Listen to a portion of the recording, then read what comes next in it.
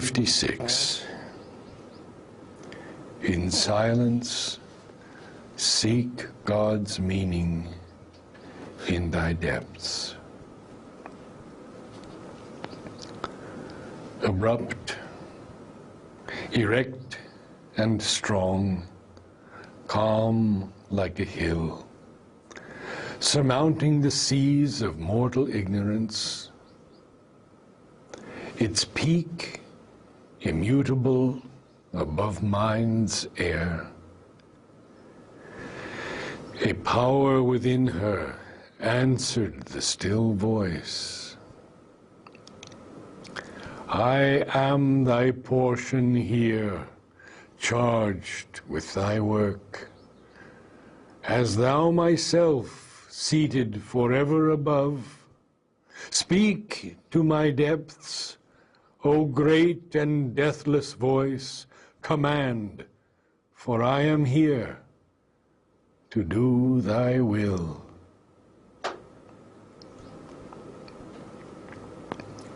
The voice replied, remember why thou camest, find out thy soul, recover thy hid self. In silence seek God's meaning in thy depths. Then mortal nature change to the divine. Open God's door, enter into his trance. Cast thought from thee, that nimble ape of light.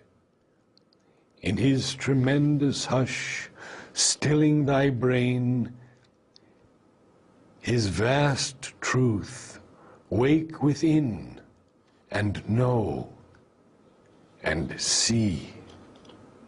Cast from thee sense that veils thy spirit's sight. In the enormous emptiness of thy mind, thou shalt see the Eternal's body in the world. Know him in every voice heard by thy soul. In the world's contacts, meet his single touch. All things shall fold thee into his embrace. Conquer thy heart's throbs. Let thy heart beat in God. Thy nature shall be the engine of his works. Thy voice shall house the mightiness of his word. Thou shalt harbor my force and conquer death.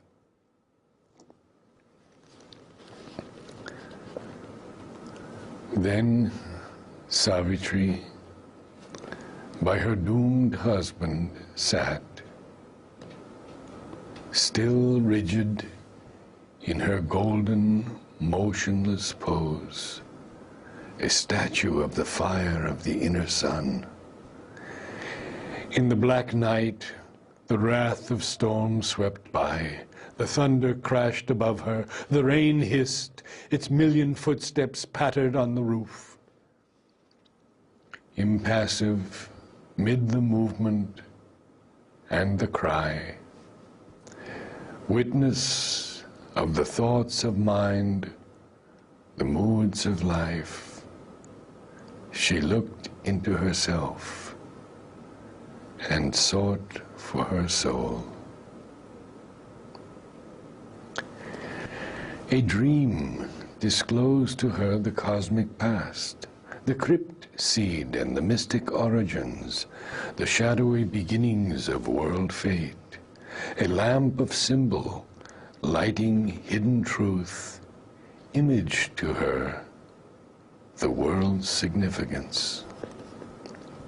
In the indeterminate formlessness of self, creation took its first mysterious steps. It made the body's shape a house of soul, and matter learned to think, and person grew.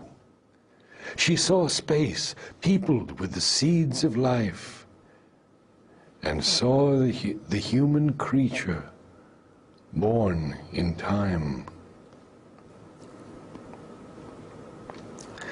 Our greater self of knowledge waits for us, a supreme light in the truth-conscious vast. It sees from summits beyond thinking mind. It moves in a splendid air, transcending life. It shall descend and make earth's life divine. Truth made the world, not a blind nature force. Our soul, from its mysterious chamber, acts. Its influence pressing on our heart and mind pushes them to exceed their mortal selves.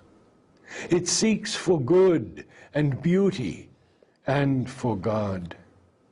We see beyond self's walls our limitless self. We gaze through our world's glass at half-seen vasts.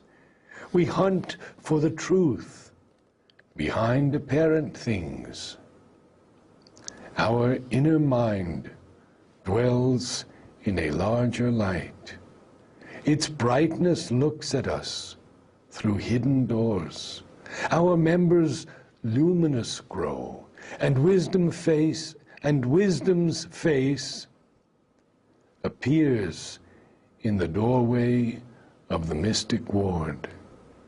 When she enters into our house of outward sense, then we look up and see above her Son. A mighty life self with its inner powers supports the dwarfish modicum we call life. It can graft upon our crawl 2 puissant wings.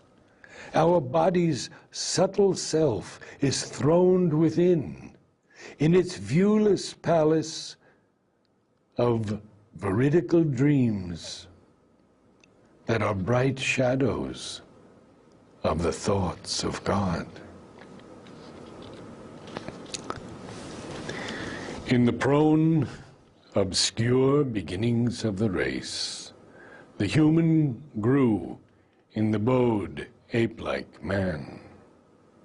He stood erect, a godlike form and force, and a soul's thoughts looked out from earthborn eyes. Out of the dim recesses of the self, the occult seeker into the open came. He heard the far and touched the intangible. He gazed into the future and the unseen. He used the powers earth instruments cannot use. A pastime made of the impossible. He caught up fragments of the omniscient's thought. He scattered formulas of omnipotence. He reaches the fount of immortality. He calls the Godhead into his mortal life. All this the Spirit concealed had done in her. A portion of the mighty Mother came into her as into its own human part. Amid the cosmic workings of the gods, it marked her the center of a wide-drawn scheme, dreamed in the passion of her far-seeing spirit, dreamed in the passion of her far-seeing spirit to mold humanity into God's own shape and lead this great, blind, struggling world to light, or a new world discover or create. Earth must transform herself and equal heaven, or heaven descend into earth's mortal state. But for such vast spiritual change to be, out of the mystic cavern in man's heart, the heavenly psyche must put off her veil and step into common nature's crowded rooms and stand uncovered in that nature's front and rule its thoughts and fill the body and life. Obedient to a high command, she sat. Time, life, and death were passing incidents, obstructing with their transient view her sight that must break through and liberate the God, imprisoned in the visionless mortal man. The inferior nature, born into ignorance, still took too large a place. It veiled herself and must be pushed aside to find her soul.